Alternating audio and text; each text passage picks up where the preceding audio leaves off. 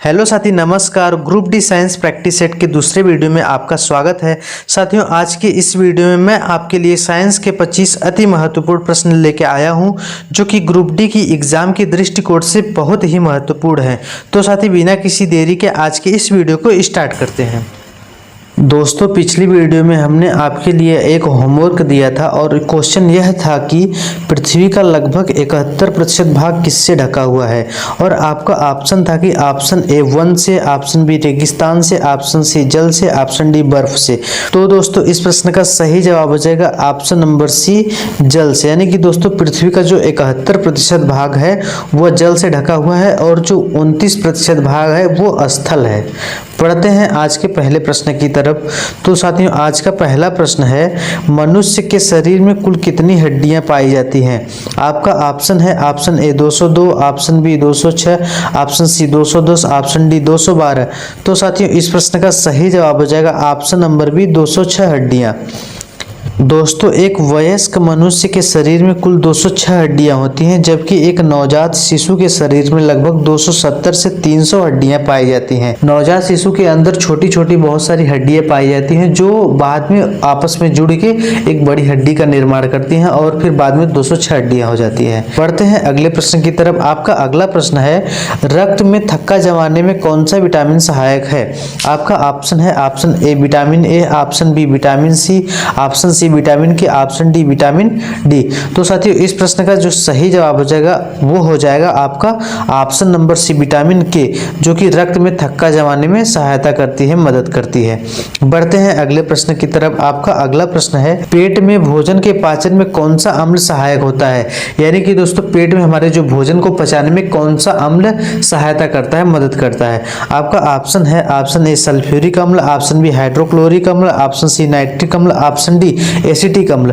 तो साथियों, इस प्रश्न का सही जवाब हो जाएगा ऑप्शन नंबर बी हाइड्रोक्लोरिक अम्ल, यानी कि HCl, जिसे हम हाइड्रोक्लोरिक अम्ल कहते हैं। HCl अम्ल जो है वो भोजन को पचाने और जीवाणुओं को नष्ट करने में मदद करता है। बढ़ते हैं अगले प्रश्न की तरफ। आपका अगला प्रश्न है, किस गैस को लाफिंग गैस कहा जाता है। आपका ऑप्शन है option A oxygen gas, option B nitrous oxide, option C carbon monoxide, option D hydrogen gas. तो साथियों, इस प्रश्न का सही जवाब हो जाएगा option number B nitrous oxide gas. दोस्तों, नाइट्रस ऑक्साइड गैस का फार्मूला होता है N2O, जो कि एक लाफिंग गैस है, क्योंकि इसके सूंघने से जो इंसान होता है वो हंसने लगता है। बढ़ते हैं अगले प्रश्न की तरफ। आपका अगला प्रश्न है, दूध से दही बनाने में कौन से जीवाणु की भूमिका होती है। आपका ऑप्शन है option A E coli, option B salmonella, option C staphylococcus, option D lactobacillus. तो दोस्तों, इस प्रश्न का सही जवाब हो जाएगा ऑप्शन नंबर डी लैक्टोबैसिलस, जो कि दूध से दही बनाने में मदद करता है। दोस्तों, लैक्टोबैसिलस जो होता है वो दूध में लैक्टोज शर्करा को लैक्टिक अम्ल में बदलकर दही बनाता है।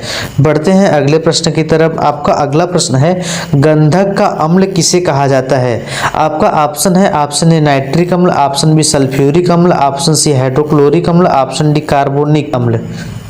तो साथियों, इस प्रश्न का सही जवाब हो जाएगा ऑप्शन नंबर बी सल्फ्यूरिक अम्ल, क्योंकि दोस्तों जो सल्फर होता है उसे हम गंधक कहते हैं, गंधक के नाम से भी जाना जाता है, इसलिए सल्फ्यूरिक अम्ल को गंधक अम्ल भी कहा जाता है। दोस्तों, जो सल्फ्यूरिक अम्ल होता है उसका फार्मूला होता है H2SO4, और H2SO4 को गंधक अम्ल कहते हैं और इसे रसायनों का राजा भी कहा जाता है। बढ़ते हैं अगले प्रश्न की तरफ। आपका अगला प्रश्न है, लोहे में जंग किस कारण से लगती है।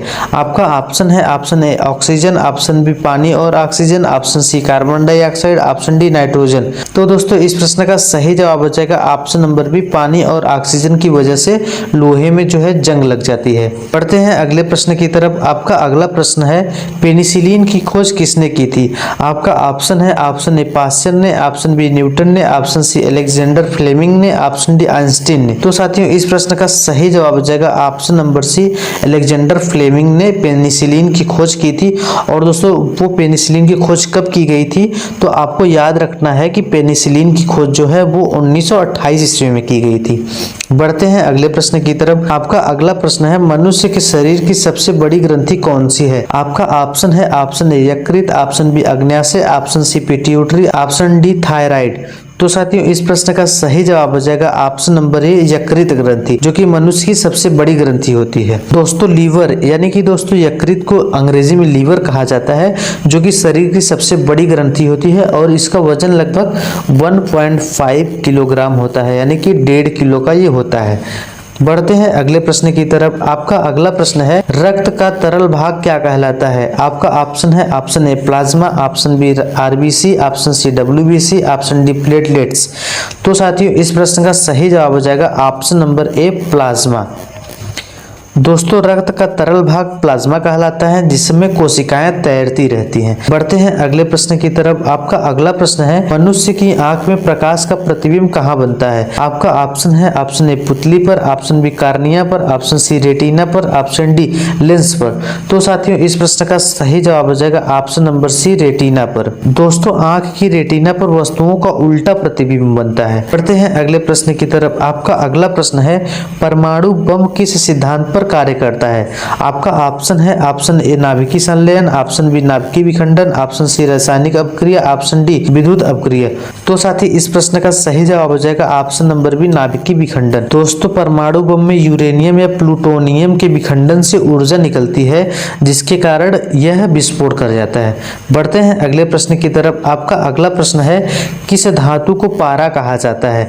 आपका ऑप्शन है option A tin, option B mercury, option C sodium, option D zinc. तो साथियों इस प्रश्न का सही जवाब हो जाएगा ऑप्शन नंबर बी मरकरी को पारा कहा जाता है। दोस्तों मरकरी एकमात्र ऐसी धातु है जो तरल मात्रा में रहती है, यानी कि यह तरल अवस्था में होती है। बढ़ते हैं अगले प्रश्न की तरफ। आपका अगला प्रश्न है प्रकाश का अध्ययन किस शाखा में किया जाता है? आपका ऑप्शन है ऑप्शन ए ध्वनिकी, ऑप्शन बी प्रकाशिकी, ऑप्शन सी गतिकी, ऑप्शन डी स्थैतिकी। तो साथी इस प्रश्न का सही जवाब आपको ऑप्शन से ही पता चल रहा होगा कि इसका सही जवाब क्या होगा। तो इसका सही जवाब हो जाएगा ऑप्शन नंबर बी प्रकाशिकी, जिसमें प्रकाश का अध्ययन किया जाता है।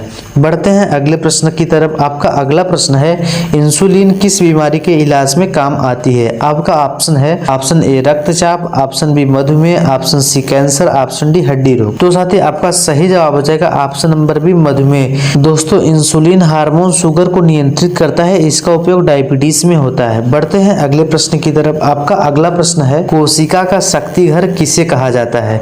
आपका ऑप्शन है option A ribosome, option B नाभिक, option C mitochondria, option D Golgi body. तो साथियों इस प्रश्न का सही जवाब हो जाएगा ऑप्शन नंबर सी माइटोकॉन्ड्रिया, जो कि कोशिका का पावर हाउस कहा जाता है। दोस्तों माइटोकॉन्ड्रिया जो है ये कोशिका को ऊर्जा प्रदान करती है, इसलिए इसे कोशिका का पावर हाउस कहा जाता है। बढ़ते हैं अगले प्रश्न की तरफ। आपका अगला प्रश्न है ओजोन परत वायुमंडल के किस भाग में पाई जाती है? आपका ऑप्शन है ऑप्शन ए क्षोभ मंडल, ऑप्शन बी समताप मंडल, ऑप्शन सी मध्य मंडल, ऑप्शन डी आयन मंडल। तो साथियों इस प्रश्न का सही जवाब हो जाएगा ऑप्शन नंबर बी समताप मंडल, जिसमें ओजोन परत पाई जाती है। और दोस्तों जो ओजोन परत है ये हमें यूवी किरणों से बचाती है। यूवी का मतलब होता है अल्ट्रावायलेट किरणों से हमें बचाती है। बढ़ते हैं अगले प्रश्न की तरफ। आपका अगला प्रश्न है आवर्त सारणी में कुल कितने आवर्त होते हैं? आपका ऑप्शन है ऑप्शन ए 6 आवर्त, ऑप्शन बी 7 आवर्त, ऑप्शन सी 8 आवर्त, ऑप्शन डी 9 आवर्त। तो साथियों इस प्रश्न का सही जवाब हो जाएगा ऑप्शन नंबर बी 7 आवर्त। दोस्तों वर्तमान आवर्त सारणी में कुल 7 आवर्त और 18 समूह होते हैं। बढ़ते हैं अगले प्रश्न की तरफ। आपका अगला प्रश्न है सबसे अधिक विद्युत चालकता किस धातु की होती है? आपका ऑप्शन है ऑप्शन ए तांबा की, ऑप्शन बी सोना की, ऑप्शन सी चांदी की, ऑप्शन डी एल्यूमिनियम की। तो साथ ही इस प्रश्न का सही जवाब हो जाएगा ऑप्शन नंबर सी चांदी की। दोस्तों सिल्वर जो है यानी कि चांदी सबसे अच्छा विद्युत चालक है, लेकिन महंगा होने के कारण इसे तारों में प्रयोग नहीं किया जाता है। तो बढ़ते हैं अगले प्रश्न की तरफ। आपका अगला प्रश्न है किस प्रकार की ऊर्जा को स्वच्छ ऊर्जा कहा जाता है? आपका ऑप्शन है ऑप्शन ए कोयला, ऑप्शन बी परमाणु ऊर्जा, ऑप्शन सी नवीकरणीय ऊर्जा, ऑप्शन डी जीवाश्म ऊर्जा। तो साथियों इस प्रश्न का सही जवाब हो जाएगा ऑप्शन नंबर सी नवीकरणीय ऊर्जा, जिसे स्वच्छ ऊर्जा कहा जाता है। पढ़ते हैं अगले प्रश्न की तरफ। आपका अगला प्रश्न है ओजोन ओजोन परत पृथ्वी को किससे बचाती है? आपका ऑप्शन है ऑप्शन ए पराबैंगनी किरणों से, ऑप्शन बी कार्बन डाइऑक्साइड से, ऑप्शन सी नाइट्रोजन गैस से, ऑप्शन डी धूल कणों से। तो साथियों इस प्रश्न का सही जवाब क्या होगा? अभी हमने आपको कुछ देर पहले बताया था कि जो है ओजोन परत हमें किससे बचाती है, तो हमने आपको बताया था अल्ट्रावायलेट किरणों से यानी कि पराबैंगनी किरणों से। आपका सही जवाब हो जाएगा ऑप्शन नंबर ए। बढ़ते हैं अगले प्रश्न की तरफ। आपका अगला प्रश्न है मछलियां पानी में किस अंग की मदद से सांस लेती हैं? आपका ऑप्शन है ऑप्शन ए फेफड़ों से, ऑप्शन बी गलफड़ों से, ऑप्शन सी त्वचा से, ऑप्शन डी नाभिक से। तो साथियों इस प्रश्न का सही जवाब हो जाएगा ऑप्शन नंबर बी गलफड़ों के द्वारा। बढ़ते हैं अगले प्रश्न की तरफ। आपका अगला प्रश्न है मनुष्य के शरीर में सबसे कठोर पदार्थ कौन सा है? आपका ऑप्शन है ऑप्शन ए अस्थि यानी कि हड्डी, ऑप्शन बी दांत का enamel, option C keratin, option D उपास्थि। तो साथियों इस प्रश्न का सही जवाब हो जाएगा ऑप्शन नंबर बी दांत का एनामेल, जो कि मनुष्य के शरीर में सबसे कठोर पदार्थ होता है। दोस्तों जो एनामेल होता है वो कैल्शियम से बना होता है और यह शरीर का सबसे कठोर भाग होता है। बढ़ते हैं अगले प्रश्न की तरफ। आपका अगला प्रश्न है ध्वनि की गति किस माध्यम में सबसे अधिक होती है? आपका ऑप्शन है ऑप्शन ए वायु, ऑप्शन बी निर्वात, ऑप्शन सी जल, ऑप्शन डी लोहा। तो दोस्तों इस प्रश्न का सही जवाब हो जाएगा ऑप्शन नंबर बी लोहा।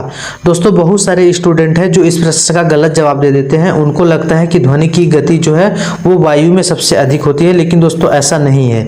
क्योंकि दोस्तों ध्वनि की गति जो है वो ठोस पदार्थों में सबसे अधिक होती है, यानी कि जितना अधिक घनत्व रहेगा ध्वनि की गति उतनी अधिक रहेगी। इसलिए लोहा जो होता है वो ठोस पदार्थ होता है, इसलिए ध्वनि की जो गति है वो सबसे अधिक लोहे में होगी। देखिए दोस्तों यहाँ दिया गया है कि ठोस में कण जो है सबसे पास पास होते हैं, इसलिए ध्वनि की गति ठोस में सबसे अधिक होती है। बढ़ते हैं अगले प्रश्न की तरफ। आपका अगला प्रश्न है पौधों का कौन सा भाग भोजन का कारखाना कहलाता है? आपका ऑप्शन है ऑप्शन ए जड़, ऑप्शन बी तना, ऑप्शन सी पत्ती, ऑप्शन डी फूल। तो साथियों इस प्रश्न का सही जवाब हो जाएगा ऑप्शन नंबर सी पत्ती। दोस्तों यहाँ पर वही चीज दिया गया है कि पत्तियां प्रकाश संश्लेषण द्वारा भोजन का निर्माण करती हैं, इसलिए इन्हें भोजन का कारखाना कहा जाता है। तो साथी आज के इस प्रश्न के साथ यह वीडियो समाप्त होती है और मैं आपके लिए एक प्रश्न लेके आया हूं जो कि आपका होमवर्क है। तो प्रश्न यह है कि गैस से तरल में परिवर्तन की प्रक्रिया क्या कहलाती है? आपका ऑप्शन है ऑप्शन ए वाष्पीकरण, ऑप्शन बी संघनन, ऑप्शन सी ऊर्ध्वपातन, ऑप्शन डी जमाव। तो साथियों इसका जवाब जो है हमें कमेंट बॉक्स में बताना है और मैं इस प्रश्न का जवाब इस वीडियो के अगली सीरीज में दूंगा, यानी कि तीसरे प्रैक्टिस सेट में इस प्रश्न का जवाब दूंगा। तो साथियों मैं आशा करता हूं कि यह वीडियो आपको पसंद आई होगी, तो वीडियो को लाइक करें और यदि चैनल पर नए हैं तो चैनल को सब्सक्राइब करें और हमें कमेंट बॉक्स में जरूर बताएं कि आपको कितने सारे प्रश्न आते थे और कितने सारे प्रश्न का आपने सही जवाब दिया है। और आप अपनी तैयारी को कंटिन्यू रखिए। मिलते हैं अगले वीडियो में। जय हिंद।